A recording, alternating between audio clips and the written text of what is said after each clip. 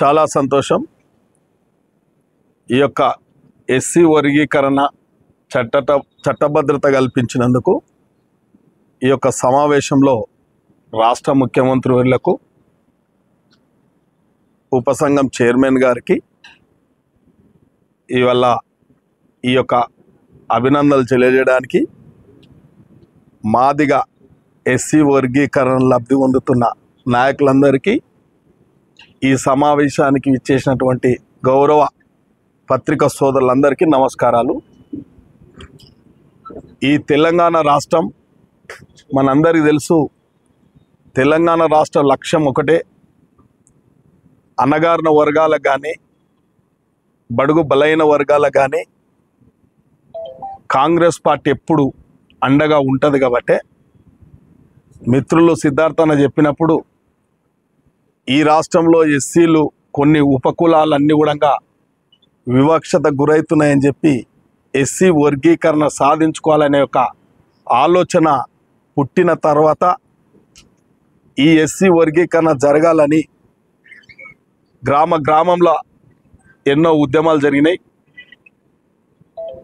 ఇవాళ ఏ పార్టీ కూడా ముందుకు రాక ఎంతోమంది అణచివేత గురైనరు, ప్రాణాలు కూడా కోల్పోయారు. కానీ ఇవాళ రాష్ట్ర ప్రభుత్వం ఎన్నికలలో ఏదైతే చెప్పినరో, మా ఆది నాయకుడు అనుకోండి, మా ఏఐసిసి అధ్యక్షులు అనుకోండి, మల్లికార్జున ఖార్గే గారు చేవెళ్ళ బహిరంగ సభ సాక్షిగా ఎస్సీ వర్గీకరణ సాధించి పెడతాం, తప్పకుండా చేసి తీరుతామని చెప్పి పెద్ద నాయకులు చెప్పడం జరిగింది. కాంగ్రెస్ పార్టీ చెప్పింది చేస్తుంది కాబట్టి, కాంగ్రెస్ పార్టీ ఉన్నదే ఇలా అణగారు వర్గాలను అండగా ఉండాలనేదే ఈ పార్టీ సిద్ధాంతం. కాబట్టి ఇవాళ చిక్కు సమస్య మీ అందరు తెలుసు. పంజాబ్లో జరిగిన సమస్య, ఆ రోజు సుప్రీంకోర్టు జడ్జిమెంట్కు వ్యతిరేకంగా 7 మంది జడ్జీలతోని సుప్రీంకోర్టులో ఈ కమిషన్ వేస్తే దాంట్లో 6 మంది కూడా జడ్జిమెంట్ ఇవ్వడం జరిగింది. జడ్జిమెంట్ ఇచ్చిన వెంబడే మన రాష్ట్ర ముఖ్యమంత్రి బడుగు బలైన వర్గాల ఎస్సీ ఉపకులాలకు సంబంధించిన ఆశాజ్యోతి మన రేవంత్ రెడ్డి గారు. కాబట్టి ఒక ఉన్నతమైన సామాజిక వర్గంలో పుట్టిన బిడ్డ అయినప్పటికీ గ్రామాలలో ఒక పెద్ద మాట మాట్లాడతారు. మనం బావుల కాడ కలిసి ఉండేవాళ్ళం, మాదిగ బిడ్డలము, రైతాంగం చేసే కాపు బిడ్డలైన ఒక అవినాభావ సంబంధం, ఆత్మీయ సంబంధం ఉంటుంది మనకని చెప్పడంగా ఒక ముఖ్యమంత్రి స్థాయిలో కూడా చెప్పడం జరిగింది.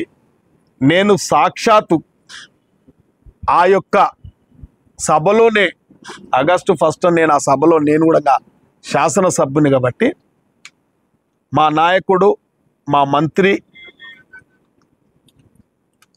రాజనరసింహ గారు అక్కడనే ఉండి జడ్జిమెంట్లో అంతకన్నా ముందు ఒక సీనియర్ అడ్వకేట్లను పెట్టి చిత్తశుద్ధితోని, ముఖ్యమంత్రి గారి చిత్తశుద్ధితోని ఒక స్పెషల్ డెలిగేషన్ పంపి ఢిల్లీకి ఒక మహోన్నతమైన సుప్రీంకోర్టులో సీనియర్ అడ్వకేట్ని పెట్టి చిక్కు సమస్యలను తొలగించడానికి ప్రయత్నం జరిగింది.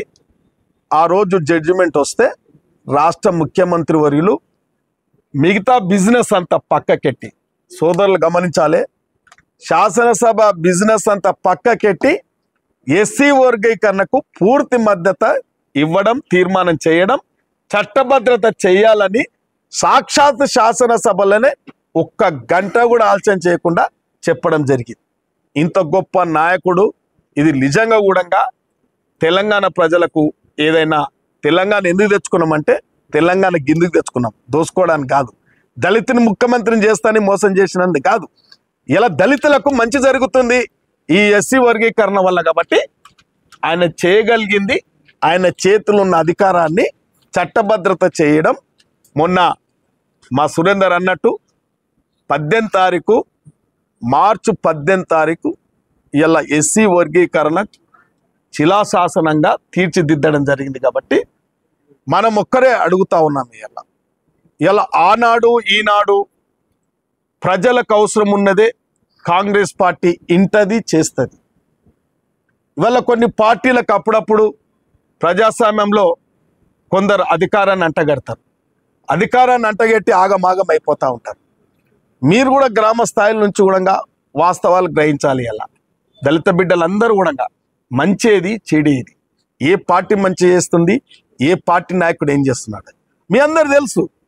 సోనియా గాంధీ చేతిలో ఉన్ననాడు మనకు తెలంగాణ ఇచ్చేది. తెలంగాణ ఇస్తే ఇలా మన లాగమాగం చేసిరు. ఇలా కొందరు గొప్ప నాయకులుగా మాట్లాడతారు.